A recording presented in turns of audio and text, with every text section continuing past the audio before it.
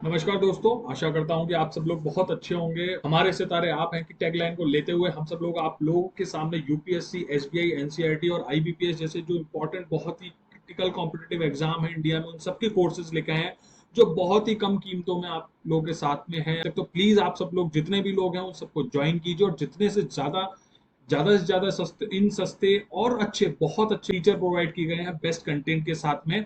चलिए फिर आगे चलते हैं आज के टॉपिक के लिए। आज का जो टॉपिक है वो है नेपाल से एक बहुत ही टिपिकल सी न्यूज उभर के आ रही है कि पतंजलि की जो दवा है कोरोनिल, उसका नेपाल ने डिस्ट्रीब्यूशन जो है वो बंद कर दिया गया। क्यों किया है, क्या खबरें हैं, उस पर आगे चलेंगे। उससे पहले मैं यूपीएससी कैंडिडेट्स के लिए बता दूं कि ये आज के दो क्वेश्चन है जिसको मैं डिटेल में डिस्कस करूंगा। एक है drugs and magic remedies objectionable advertisement act 1954 और दूसरा है ये मेंस का एक क्वेश्चन है आयुष आयुष से रिलेटेड, जिसको मैं लेक्चर के एंड में डिस्कस करूंगा। लेकिन यहाँ से जो संबंधित चीजें वो लेक्चर के एंड तक काम आएंगी, तो जो स्किप करना चाहते हो स्किप भी कर सकते हैं, परंतु स्किप ना करें तो ज्यादा बेहतर होगा क्योंकि कुछ चीजें जो अंदर का कंटेंट है वो वहां पे भी काम आएगा। चलिए अब चलते हैं आगे की।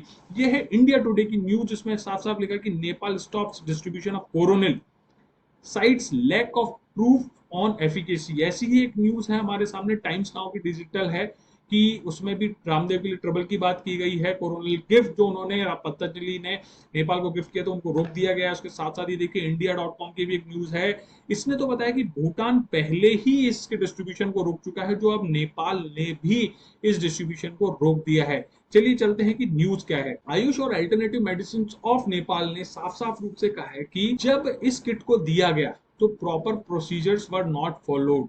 उन्होंने डॉक्यूमेंटेशन का हवाला देते हुए इस किट के डिस्ट्रीब्यूशन को या इसके यूज को रोक दिया है। साथ ही साथ उन्होंने ये कहा है कि tablets and nasal oil that are part of Coronil kit are not equivalent to medicine to defeat COVID 19 virus. कि भाई जो कोविड 19 वायरस को दूर करने की जो एलोपैथी की दवाएं हैं उनके इक्विवेलेंट नहीं है। उन्होंने कहा है कि इंडियन मेडिकल एसोसिएशन का जो रिमार्क है, इंडियन मेडिकल एसोसिएशन ने भी ऐसा ही कुछ कमेंट किया था कि it is just immunity booster, it's not a remedy, ये उपचार की दवा नहीं है। तो उसी को उन्होंने साइट करते हुए कोट करते हुए कहा है। लेकिन इसके साथ साथ उन्होंने ये भी स्पष्ट किया है कि हम कोई इस पे फॉर्मल बैन नहीं लगा रहे हैं, परंतु since their procedures, the law, the documentation were not followed, इसलिए हम इसको भी रोक रहे हैं। अगर वो फॉलो हो जाएंगे तो फिर हम फर्दर काम करेंगे। इसके साथ साथ कोरोनिल जो दवा है वो मैं आपको बता दूं कि पिछले साल जून में जब पहली लहर से पूरा भारत देश परेशान था तो उस समय की लगभग कोरोनिल पतंजलि द्वारा लॉन्च की गई थी, जो इसमें शुरू में दावे किए गए थे दवा का उपचार, इस रोग का उपचार कर देगी, लेकिन फिर बाद में यही बताया गया कि इट जस्ट इम्यूनिटी बूस्टर। और ये काफी हद तक आयुष मंत्रालय ने भी इसकी पुष्टि की है कि ये एक इम्यूनो बूस्टर है जो कि सपोर्ट करती है कोविड 19 में, और ये सर्टिफिकेशन इसे आयुष मिनिस्ट्री द्वारा मिला भी है। अब बात करते हैं हम यूपीएससी की। यूपीएससी के जो दो टॉपिक मैंने आपसे गए हैं, पहला है drugs and magic remedies objectionable advertisement act 1954। अब यहाँ पॉइंट आता है कि ये जो एक्ट है इसकी चर्चा मैं क्यों कर रहा हूँ। इसकी चर्चा मैं इसलिए कर रहा हूँ क्योंकि जब पहली वेव में इन्होंने कहा था कि कोरोनिल बहुत ही बेहतरीन दवा है, इससे बहुत उपचार हो जाएगा, तो ऐसे कभी कभी क्या होता है मैजिक दवा की बात आती है, मैजिक रेमेडीज। मैंने क्वेश्चन भी लिखा है जो आप कमेंट बॉक्स में मुझे बताइएगा कि what is a magic remedies, वो इसी एक्ट के अंतर्गत उसकी डेफिनेशन दे रखी है।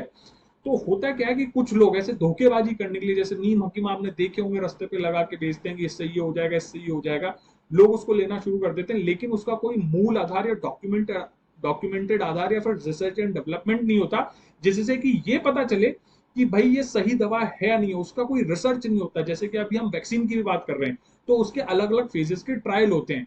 तो कोई भी व्यक्ति कोई भी जड़ी बूटी मिला के आपसे दे देगा कि इससे इसका उपचार हो जाता है तो माना थोड़ी जा सकता है। इसीलिए ये एक कानून 1954 में लाया गया और इसमें साफ साफ लिखा है, देखिए कि it prohibits advertisement of drugs and medicine that claim to have magical properties. जैसे कोई कहता है कि बूढ़े को जवान कर दे, दांत उगा दे, बाल उगा दे, ऐसी जो दवाएं हैं, कुछ कहते हैं ना नए नए बाल आ जाएंगे, कोई गंजा उसके भी बाल आ जाएंगे, तो all those things comes under this act and makes doing so A cognizable offence. इसे एक संज्ञानात्मक अपराध बनाया जा गया है। साथ ही साथ पेनल्टी की जब हम बात करें, मैक्सिमम सेंटेंस ऑफ 6 मंथ, वो भी कारागार में, और without fine on the first conviction. In case of any subsequent conviction the term may be up to an year. अगर लगातार 2 या 3 बार या फिर एक से अधिक बार ऐसा गलत काम किया जाता है या फिर जैसा धोखेबाजी का काम किया जाता है, तो उसे 6 महीने से बढ़ा के 1 साल भी किया जा सकता है। इसके साथ साथ if the convicted party is a company, all the members of the company will be deemed guilty. ये बहुत इंटरेस्टिंग चीज है कि अगर एक कंपनी पूरी इसमें लिप्त पाई जाती है तो उस कंपनी के सारे एम्प्लॉइज इस कानून के अंतर्गत आते हैं और उन सब पे ये आरोप लग के इन्हें सजा के याफ्ता की पूरी संभावना है। नेक्स्ट जो क्वेश्चन है वो है हमारा कि AYUSH represents a pluralistic and integrative schemes of health service.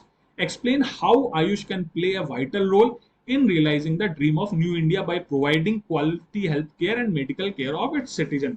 तो अल्टीमेटली इस क्वेश्चन में आपसे आयुष की इंपॉर्टेंस, इंडिया के हेल्थ इंफ्रास्ट्रक्चर में वो क्या योगदान कर सकता है और जो हमारे नागरिकों उनकी मेडिकल केयर को कैसे बेहतर कर सकता है। तो मैंने आपको 5 पॉइंट के सॉल्यूशन दिए हैं, इससे ज्यादा भी आप ऐड कर सकते हैं। सबसे पहले इस क्वेश्चन को आंसर लिखते हुए सिग्निफिकेंस ऑफ आयुष लिखना है कि सिग्निफिकेंस और आयुष क्या है, कि भाई ये हमारी जो आयुर्वेदिक पद्धति है उस पर आधारित है। और आयुष, मुझे फुल फॉर्म कमेंट बॉक्स में बताइएगा कि आयुष में कौन कौन सी जो देसी तरीके हैं वो आते हैं। मैं एक का नाम बता रहा हूँ, आयुर्वेद, और बाकी फुल फॉर्म क्या है वो मुझे कमेंट बॉक्स में बताइएगा। दूसरा आपको बताना है कि आयुष के माध्यम से आप हेल्थ केयर एक्सेस बढ़ा सकते हो। हेल्थ केयर एक्सेस का मतलब है कि यहाँ पे वैसे भी हमारे पास इंफ्रास्ट्रक्चर या जो हॉस्पिटल्स हैं, छोटी डिस्पेंसरीज है, उनकी कमी है, तो आयुष हेल्थ केयर एक्सेस तक पहुंच बढ़ा सकता है। दूसरा, prevention is emphasised along with curative aspect.